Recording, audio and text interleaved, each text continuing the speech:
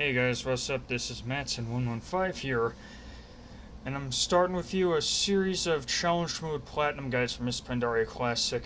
As I mentioned in my previous video about the overview of challenge modes in this expansion, they added a new mode, Platinum, on October 28th, 2025.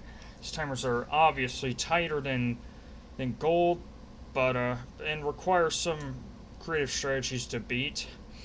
Oh, and these are a seasonal thing as well. They will get lower as the seasons go by, and they are going to fix exploits. And speaking of exploits, some of these videos will have them, and I'll be sure to note that they may get fixed next season. Anyway, for this first room in Shado Monastery, don't have a pet out, or else it'll bug out the ambusher summoned by the wardens, removing all their dots and fret. It's pretty annoying. Just, yeah. But yeah, by the time you're done with this room, you should have 24 out of 32 enemies. Although I think, unless it's super buggy, I don't know. It's been a while been a few days since I've done this. So you may want to kill the wardens and then bring the remaining ambushers with you to the first boss. Although we didn't exactly need to do it. Our damage is pretty solid. Now for the first boss, this guy is straightforward. He summons a Azure Serpent after the fight begins. And here's some abilities he's got. Invoke Lightning. Let's target someone with it. Not so big a deal, just heal through it. And Static Field, if it doesn't bug out, sometimes it does. I think it leaves behind a pool of lightning on the ground. Don't stand it at. And then there's the Azure Serpent. He does two things. One is a frontal cone called Lightning Breath. Just have the tank face him away from the party and no trouble. And the other thing is Magnetic Shroud. It makes everyone absorb healing, and there's a dot while the healing is absorbed. And when that absorb is completed, it heals everyone within 20 yards. It's pretty cool. Oh, and you also want to pop all your cooldowns when the serpent comes out.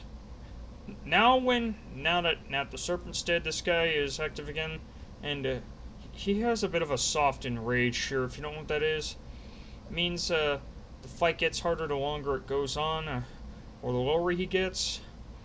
In this case, more damage you do to him, the more damage he'll do to the tank and the party. So make sure he dies fast. And then after that, there's these guys. Now, of course, here we're gonna let them catch up to us while we get to the dojo. Yep. Oh yeah, on your way to the dojo, don't get hit by those flying arrows. It's gonna be kind of hard to do. But in challenge mode, they give you root. Well, they do that in normal and heroic too, but in challenge mode, that root lasts for 10 seconds. So do not get hit by it, and of course it hurts like a bitch, so it's bad. Yeah, much better like GZ said there. Oh yeah, you also want... Okay, we mainly left them behind so we could start the slow-ass RP on this guy. Now for the Ethereal Shah. When they get low, they cast a spell that explodes if it goes off. So don't let them do that. That's a thing in Challenger, by the way. Don't worry about it in Heroic. The novices, hang on. Little Shah. Oh yeah, there's one, Shah Nova. Don't let that go off. And then now the novices, after you defeat like 30 of them, I think, or is it 25? I don't know. It's well, after you do, you get what's called these white belts. They don't have too many dangerous abilities, except for 100-hand strike. Don't stand in front of them. Fire Flower, I'm pretty sure just makes their attacks do fire damage, AoE, I think. So just be super careful.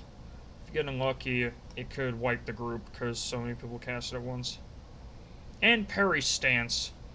Not important because melee can just get behind him, and parry does nothing against spells. Okay, now that those are gone, you get these black belts. The names are Flying Snow and Fragrant Lotus. They just need to be tanked, but they do have a couple abilities.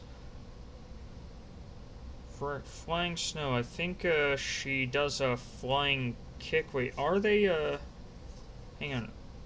Are they, oh yeah, they're both women. Flying Snow, okay, no, Fragrantless, I think that's the flying kick. Flying Snow, she has a cleave, I think, just face away from the party, no big deal. Yeah, Fragrantless, there's the flying kick, okay, by that, unless you're a tank, I don't know, it doesn't seem to do a whole lot of damage, but I could be wrong. Flying Snow, she does a whirlwind attack. Definitely be away from that.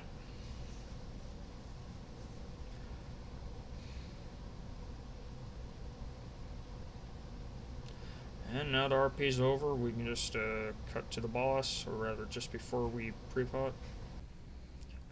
Oh yeah, you want to pre-pop your damage potion here, because in this, if you're doing what we did here, which was Invis pot after this boss, you want to pre-pop your damage potion here. Because like I said before in the other video, Invis pots do put everything else on a 10-minute cooldown. Potions, that is. So this guy has some abilities. Fist of Fury, just don't let your tank stand in it unless they're doing it for vengeance, but it does hurt pretty bad. And Tornado Kick just knocks back people. Oh, but at 50% he splits off into himself and 2 mirror images.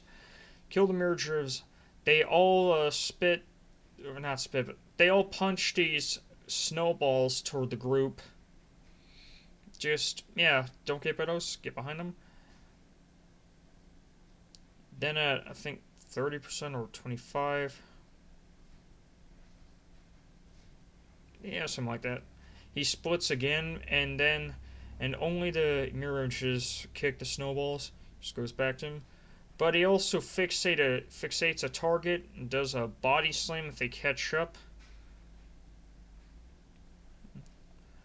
And that's that boss.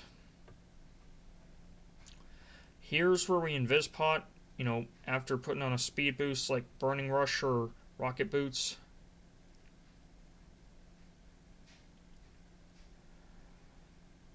Yeah. You could skip all of it if you wanted to, but you need them for the enemy count. I'm pretty sure oh yeah, after the third boss, there's these undead packs called Residual Hatreds or whatever.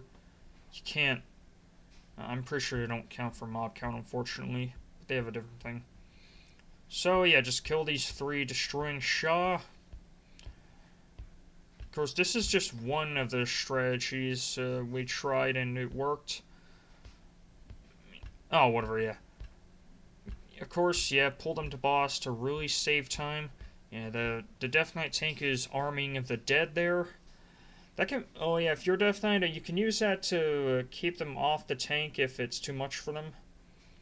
Although you gotta make sure that you don't have the minor glyph that removes their taunt. Now for the third boss. Now for challenge mode, this guy has some shield icon debuff. It has this thing that, it's a dot on you, but that dot also increases your damage done, which is pretty important because this guy is quite beefy.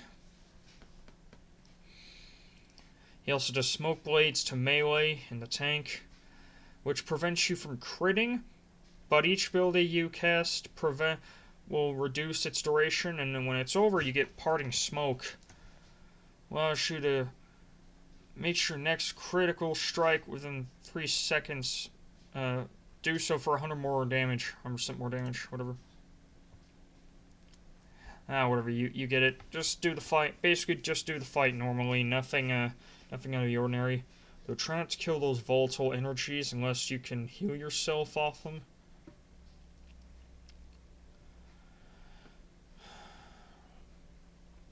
At 20%, he's gonna enrage. Just simply does more damage.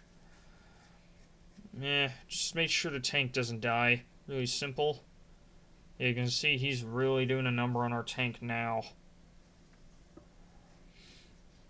Oh, and the Shaw spikes. Try to avoid those, man.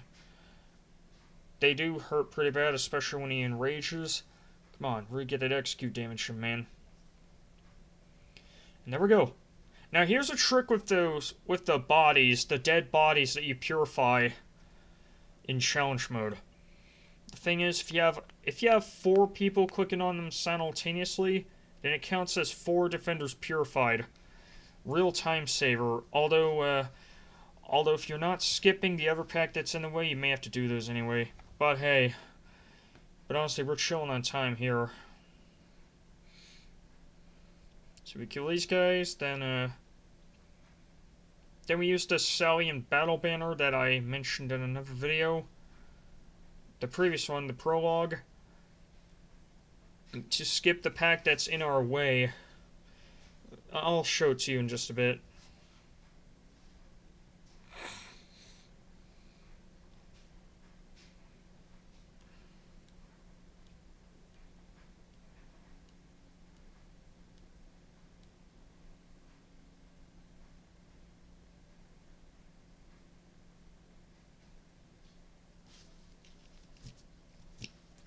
Oh, yeah, sorry, I mean, I spaced out for a bit, but that's what we did. We used our Stallion Battle Banners and fixed it. Now for the final boss, Corrupted Terran Zooies. For a bit of war, he's possessed by the Shaw of Hatred, and we have to get it out of him. You have to beat it out of him. So at this point, your 10-minute cooldowns, including Bloodlust, well, actually, the Seda debuff, they should be back up. I mean, if you're doing it the relatively casual way we are, there's some EU group out there that does things really degenerately. I'm just gonna say their name, Tradiaz. He makes videos of them zooming for challenge moves. But back on topic here, an important mechanic of this boss is your hatred bar. It's that red bar that's filling up in the middle of my screen. If that reaches 100, you lose your ability to hit anything, so you must meditate. That extra action button in the bottom center, press that when that bar gets too high. Oh, and there's Ring of Malice. Do not stand in that. Gripping Hatreds, kill them immediately. Rising Hate, interrupt it, and that's pretty much it. Oh, and for Shaw Blast.